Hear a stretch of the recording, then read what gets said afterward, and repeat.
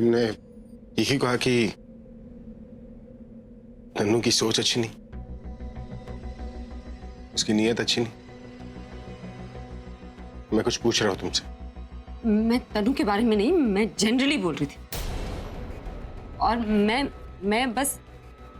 अपने बारे में बोल रही थी। जो भी है, तन्नू जैसी भी है, पूरी दुनिया को पसंद होगी, लेकिन मुझे नहीं पसंद है। आप उसे जानते हैं, उसे समझते हैं, शायद इसीलिए आपने उसे अपनी गर्लफ्रेंड बनाया। आप दोनों का कोई कनेक्शन होगा, शायद इसीलिए उससे शादी भी कर रहे हैं।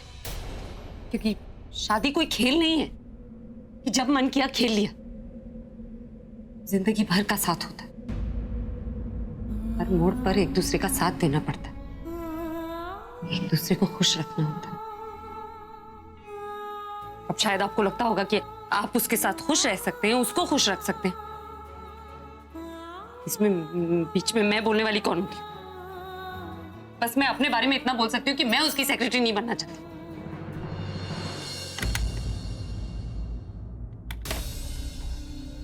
बात तो ठीक है, शादी जिंदगी भर का कमिटमेंट है, तो जिसे मैं अभी तक ठीक से जान नहीं पाया, उसके साथ जिंदगी भर कैसे रह सकता हूँ? अब तबीयत कैसी लग रही है? हाँ, इनकी तबीयत बहुत खराब है। वो तो दिख ही रहा है। देखो ना, बेचारी का चेहरा कितना उतर गया है। वैसे ये कब से ऐसे बीमार है? बस ये कोई 6 महीने हो गए। 6 महीनों से? फिर तो बहुत मुश्किल होती होगी। क्या करें, अब मैनेज कर लेते हैं। मैं तो 6 महीने से बिस्तर से ही नहीं उठी। 6 महीने से आप बेड से उठ ही नहीं पाई। अगर मैं गलत नहीं हूं तो मंदिर में जब तनु और अभी की शादी टूट गई थी 2 या 3 महीने हुए। एक्चुअली 3 ही महीने हुए हैं। तब तो आप इतनी खुश और इतनी तंदुरुस्त और क्या ठहाके लगा रही थी आप। हाँ, तो आप मतलब दादी, एक्चुअली बात यह है कि शादी के बाद ही मम्मी की तबीयत खराब हो गई थी। इतनी तबीयत खराब हो गई कि उनकी याददाश्त भी थोड़ी कमजोर हो गई, इसलिए शायद उन्हें ठीक से याद नहीं कि 3 महीने या 6 महीने। राइट? मेरा दिमाग थोड़ा सा कुछ खराब हो गया है।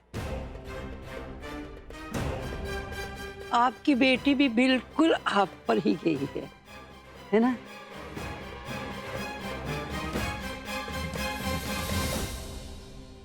और आपका बेटा ना बिल्कुल आप पर गया। Very sweet and honest. उसने मेरी मजबूरी कैसे समझकर बस शादी के लिए हाँ कह दी। संगीत, मेहंदी, सारी डेटें फिक्स हो चुकी है, बस शादी की ही डेट रह गई है। लेकिन अब आप आ गई है ना, तो बस वो भी फिक्स हो जाएगी। शादी जल्द से जल्द हो जाए, वरना मेरा क्या है, मेरा तो कभी भी बुलावा आ सकता है। कहीं तन्नू से पहले मेरी ही विदाई ना हो जाए, बस यही। जितनी लिखी है उतनी तो भोगनी पड़ती है, बाद में तो फिर जाना ही है। कई बार तो ऐसा होता है जी, बच्चों के किए हुए कर्मों की सजा माँ बाप को ही भुगतनी पड़ती है। क्या पता आपके केस में ऐसा ही हो। एक्चुअली मेरा जो पोता है ना, बहुत ही भोला है। जल्दी से उसने आपको हाँ बोल दी है। पर मैं आपको कहूं कि ये शादी नहीं हो सकती।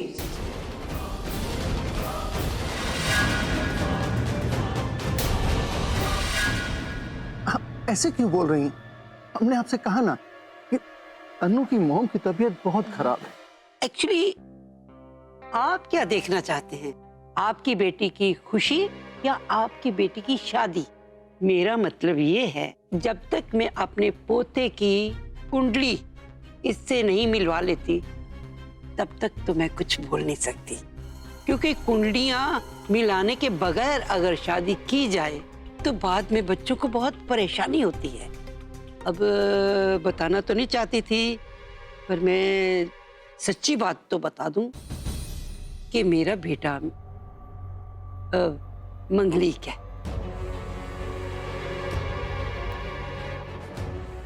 मंगलीक की शादी तो एक मंगलीक से ही हो सकती है ना, तभी अच्छा रहता है ना। खुदा ना खास्ता अगर ऐसा ना हुआ तो फिर मेरे बेटे को बाद में बहुत परेशानी उठानी पड़ेगी। जी जी। मैं अभी से मिलके आती हूँ।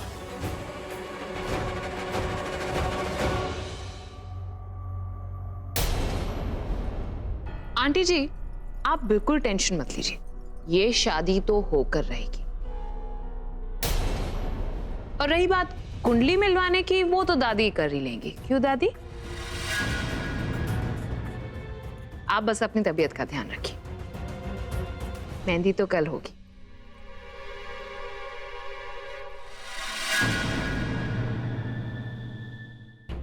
कैसे उछल रही है, बेगानी शादी में दीवानी हुई जा रही है। ऐसी कुंडली बनवाऊंगी जो अभी से तो क्या तनु से भी मैच नहीं करेगी। मुझे लग ही रहा था कि ये दादी गेम खराब करेंगी। पता नहीं क्या समझती है अपने आप को। एक बार शादी होने दो। टिपिकल बहू की तरह इस दादी को मैं घर में झाड़ू पोछा न लगवाया ना तो मेरा नाम भी तनु नहीं। प्रज्ञा,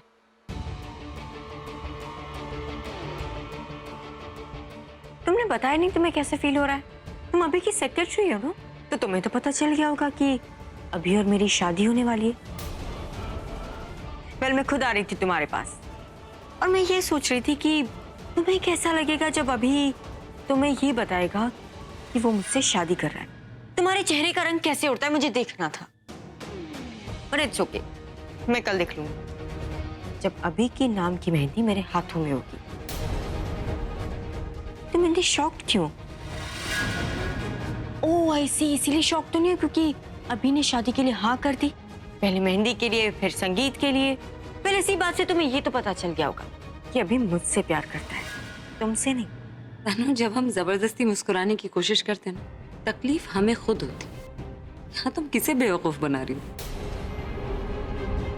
देखो, ये बात तो तुम्हें भी पता होनी चाहिए कि उनके दिल में तुम्हारे लिए कोई फीलिंग्स नहीं ना। वो तुमसे प्यार करते, तुमने सिर्फ उन्हें इमोशनली ब्लैकमेल किया, उन्हें मजबूर किया है हाँ बोलने के लिए, इसीलिए उन्होंने हाँ कहा। दादी ने बताया मुझे कि तुम लोगों ने इनसे कहा है कि तुम्हारी माँ मरने वाली है। तुम्हारे मन में एक बार ये ख्याल नहीं आया कि तुम्हारे मुंह से ये निकली हुई बात कहीं सच हो गई तो? खैर रहने दो, इस बारे में तुमसे बात करना तो। लेकिन मेरी एक सलाह मान लो तनु, अपनी माँ की जगह ना उनके इस झूठ का ख्याल रखो कि अगर उन्हें सच पता चल गया तो तुम जानती हो कि तुम्हारी माँ के साथ क्या कर सकते। अभी को ये सच पता नहीं चलेगा क्योंकि ये सच हम तो अभी को बताने वाले हैं नहीं। और रही तुम्हारी बात, तुम तो कभी नहीं बताओगी क्योंकि मुझसे ज्यादा तुम्हें अभी की फिक्र है कि कहीं उसे सच पता चल गया और शौक में उसे अटैक ना आ जाए। राइट? मुझे फिक्र है उनकी और मैं उन्हें कुछ नहीं बताऊंगी, ना ही इस घर का कोई भी और इंसान उन्हें कुछ बताएगा। लेकिन तनु, उन्हें खुद ब खुद सब कुछ पता चल गया तो क्या करोगे? सब जानते हैं कि शादी को लेकर वो बहुत कंफ्यूज हैं। शादी से पहले कम से कम एक बार तुम्हारी माँ को एक अच्छे डॉक्टर के पास चेकअप के लिए तो ले जाएंगे। फिर जब उस चेकअप की रिपोर्ट्स आएंगी तो उन्हें सच पता चल जाएगा। तब तुम क्या करोगे? अपनी माँ को झूठा ठहराओगी या खुद अपनी गलती मान लोगी? तनु, पता है क्या, तुम मेहंदी की नहीं बल्कि अपने इस झूठ को बचाने की तैयारी कर लो। मैं ऐसी सिचुएशन आने ही नहीं दूंगी। तुम आज का सोचती हो, मैं आने वाले कल का सोचती हूँ। तुम्हें क्या पता मैं क्या सोच रही? ठीक है, नहीं पता तो सोचती रहो। और मुझे जो करना था मैंने तो कर लिया और आगे भी करती रहूंगी। और तुम रोती रहो, स्पेशली कल जब मेरे हाथों में अभी के नाम की मेहंदी देखोगी। फिलहाल मैं तुमसे बाद में बात करती हूँ। अभी मुझे मेरे फियांसे से मिलने जाना है। See you.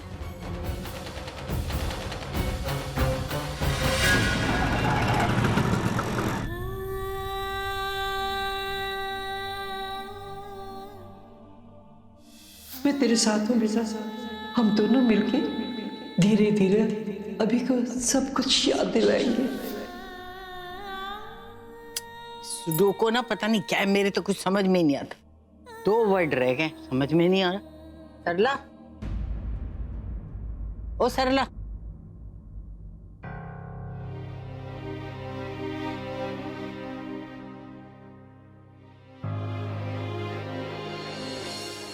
क्या सोच रही है? अरे अब किस चिंता में पड़ी है तू बेटा? ये सोचना, जिन्होंने प्रज्ञा को अपने घर से निकाला था वो खुद आकर प्रज्ञा को इज्जत से अपने घर वापस लेके गई। तुझे खुशी नहीं है कि अभी और प्रज्ञा साथ साथ रहेंगी? अरे प्रज्ञा को इज्जत मिलेगी, आशीर्वाद मिलेगा, और मुझे पूरा यकीन है बहुत जल्द वो दोनों एक हो जाएंगे। और प्रज्ञा अभी के साथ रहेगी तो उसकी याददाश्त भी जल्दी वापस आ सकती है ना। आप बिल्कुल ठीक कह रहे हो।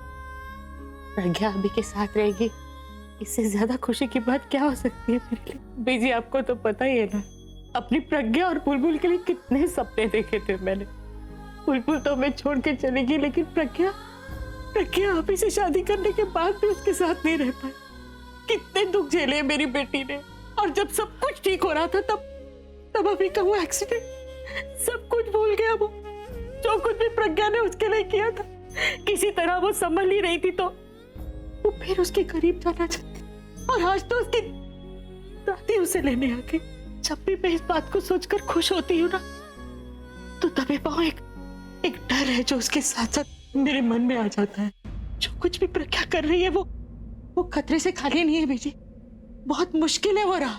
मैं खुद दोराहे पर आकर खड़ी हो जाती हूँ कि मैं इस बात से खुश हूँ कि मेरी बच्ची अपने पति के साथ है, या इस बात का डर बनाऊं कि उसकी जान को हमेशा खतरा है उस घर में। पीछे समझ में नहीं आता कि मैं क्या महसूस करूं, क्या बोलूं अपनी बच्ची को। अब ये सोचो कि अगर अभी किसी तरीके से ठीक हो जाता है, अब उसकी याददाश्त वापस आने वाली होती है, और भगवान न करे उसे कुछ हो गया तो पीछे वही अभी की दादी जो इतने प्यार और लाड से प्रज्ञा को लेकर गई है ना इस घर में, वो उसे कभी भी माफ नहीं करेगी इस सब के लिए। जो कुछ भी हाथ में है ना वो भी चला जाएगा। और अगर अभी की याददाश्त कभी वापस ही नहीं आई और उसने तनु से शादी कर ली तो अभी तो जिंदगी में आगे बढ़ जाएगा। लेकिन मेरी बेटी प्रज्ञा, पीछे हमारी प्रज्ञा तो वही खड़ी रह जाएगी। तब भी वो अभी का साथ देगी क्या उस घर में रहकर? हर रोज सुबह होगी, लोगों की जिंदगी में रोशनी आएगी, लेकिन मेरी बेटी की जिंदगी में सिर्फ अंधेरा ही अंधेरा, सिर्फ काली रात। बीजी वो अकेली रह जाएगी और मैं कुछ भी नहीं कर पाऊंगी बीजी उसके लिए। मैं कुछ भी नहीं कर पाऊंगी, कुछ भी नहीं। मैं आती हूँ बीजी, मैं आती हूँ। तू ठीक सोच रही है सरला, और अंधेरे के डर से कोई सही रास्ते पे चलना तो नहीं छोड़ देता ना। तू देखना, इस बार हमारी बच्ची की जिंदगी में सिर्फ उजाला होगा, उसे कामयाबी जरूर मिलेगी। शादी कोई खेल नहीं है, जब मन किया खेल लिया। जिंदगी भर का साथ होता है, हर मोड़ पर एक दूसरे का साथ देना पड़ता है, एक दूसरे को खुश रखना होता है।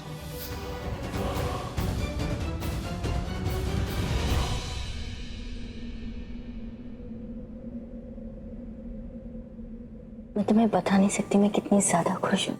और कोई भी लड़की खुश होगी जब उसे ये पता चलेगा कि उसका बॉयफ्रेंड उससे कितना प्यार करता है। Thank you so much. तो मम्मा के कहने पे शादी के लिए राजी हो गए। मुझे तो यकीन ही नहीं हो रहा कि कल मेरी मेहंदी है, फिर संगीत और फिर शादी। अभी मैं बहुत खुश हूँ। सब कुछ एक सपने की तरह लग रहा है। क्या हुआ अभी? तुम खुश नहीं हो?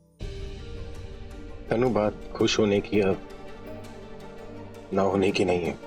बात यह है कि मैं इतनी जल्दी शादी नहीं करना चाहता।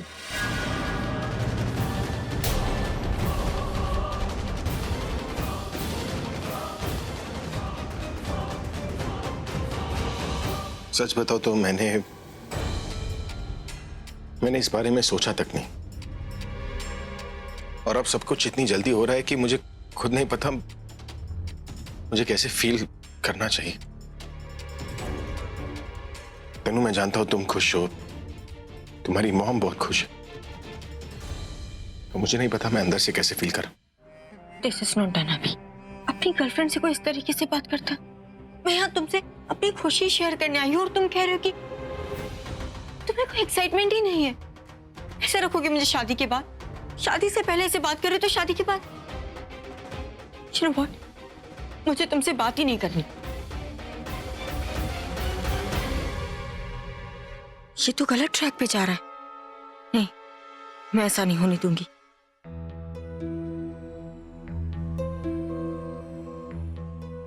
तनु, देखो मैं हमेशा तुम्हें खुश देखना चाहता हूं, पर असली खुशी तो वही है ना जिसमें दो लोग खुश होते हैं। तनु, शादी एक लाइफ लॉन्ग कमिटमेंट होती, और यहाँ पर तो हम एक दूसरे को अच्छी तरह जानते भी नहीं है। पसंद नापसंद जानना अलग होता है, लेकिन एक दूसरे को समझना अलग बात होती। जब तक हम एक दूसरे को समझेंगे नहीं, तब तक हम एक दूसरे को संभालेंगे कैसे?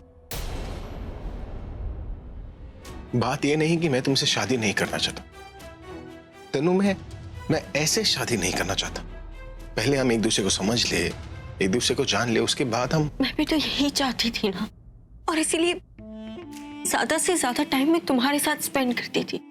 बट अब सिचुएशन ऐसी हो गई तो मॉम को कभी भी कुछ भी हो सकता, और उनकी आखिरी इच्छा यही है कि वो मुझे दुल्हन बनते हुए देखना चाहती है। कहीं ऐसा ना हो कि हमारी शादी होने से पहले उन्हें कुछ हो जाए। अगर ऐसा हो गया ना तो मैं जिंदगी भर अपने आप को माफ नहीं कर पाऊंगी, और यही सोचती रहूंगी कि मैं यहाँ पे खुश हूं, और उनकी आखिरी ख्वाहिश भी पूरी नहीं कर पाई।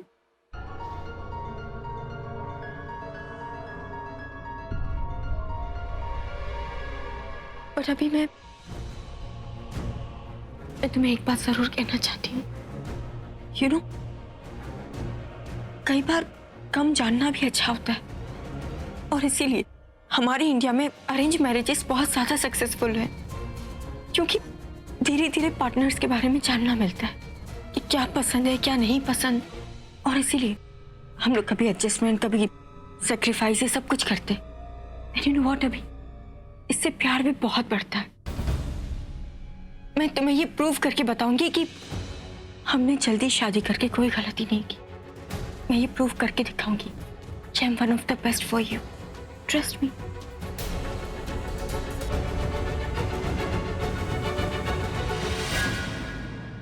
मैं अच्छी तरीके से जानती हूँ तुम्हारे मन में क्या चल रहा है, पर मैं तुम्हें उस प्रज्ञा के पास कभी नहीं जाने दूंगी। ये लीजिए दवाई। दादी, अपना ध्यान रखा कीजिए, दवाई वगैरह टाइम से ले लिया कीजिए। अब मैं पहले जैसे आपका ख्याल नहीं रख सकती, मैं इनके लिए आती हूँ ना। ओ पुत्र, तू मेरी चिंता मत कर, मैं बिल्कुल ठीक हूँ, कुछ नहीं हुआ मुझे चिंता है तो सिर्फ अभी की। ये तनु ने बहुत बड़ा प्लान कर लिया है, हमसे कहीं आगे निकल गई है, और हमें पीछे नहीं रहना है। याद है ना तुझे हमारा प्लान क्या था? अभी की याददाश्त को वापस लाना है। लेकिन दादी, उसमें बहुत वक्त लगेगा, और वक्त तनु ने हमारे लिए छोड़ा ही नहीं। कल मेहंदी है, फिर संगीत।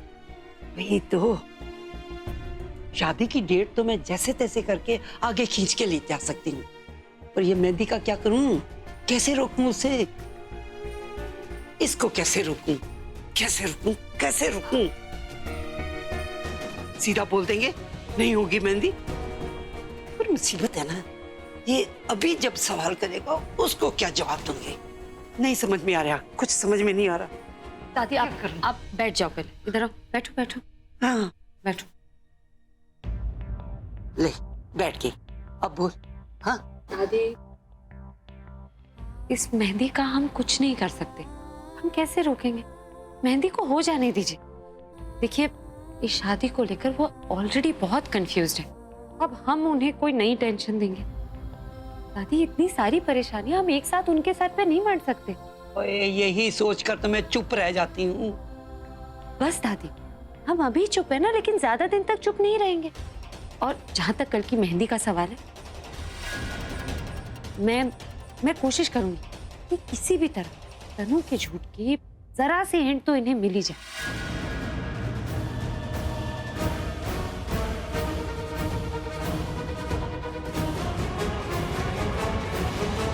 और अगर इनके मन में सवाल खड़ा हो गया तो वो सवाल हमसे थोड़ी करेंगे, वो तनु से सवाल करेंगे और शादी खुद ब खुद पोस्टपोन हो जाएगी। ये दादी प्रज्ञा से क्या बात कर रही है? कल तक तो ये उसे डांट रही थी, फिर आज ऐसा क्या हो गया? लेकिन पुत्र, मैं अपने अभी का नाम तनु के हाथ में नहीं देख सकती। तू उसकी बीवी है। अरे तेरे हाथों पे अभी का नाम होना चाहिए। तू बता, तू देख सकती है अभी के नाम की मेहंदी तनु के हाथ में? दादी मजबूर हैं हम, इस वक्त क्या कर सकते हैं? मजबूर है। ओ पुत्र, अगर हम मेहंदी रोक नहीं सकते, खराब तो कर ही सकते हैं ना। तूने जो करना है कर, पर मैं तनु को इतनी सी भी खुशी नहीं लेने देना चाहती। उस नाटकबाज औरत को मैं बता देना चाहती हूँ कि असली बीवी मेरे अभी की तू ही है और तू वापस आ चुकी है। अब बारी है तेरे घर से निकलने की नहीं, उसके घर से निकलने की बारी है। ये बता देना चाहती हूँ मैं। थैंक यू दादी। हाय रब्बा, ऐसा ही हो जाए। अच्छा, तो दादी अब प्रज्ञा को हेल्प करेंगी कि वो वापस इस घर की बहू बनकर आ जाए। ये मिल गए तो भाई और तनु कभी नहीं मिल पाएंगे। ये मैं होने नहीं दूंगी, कुछ करना होगा।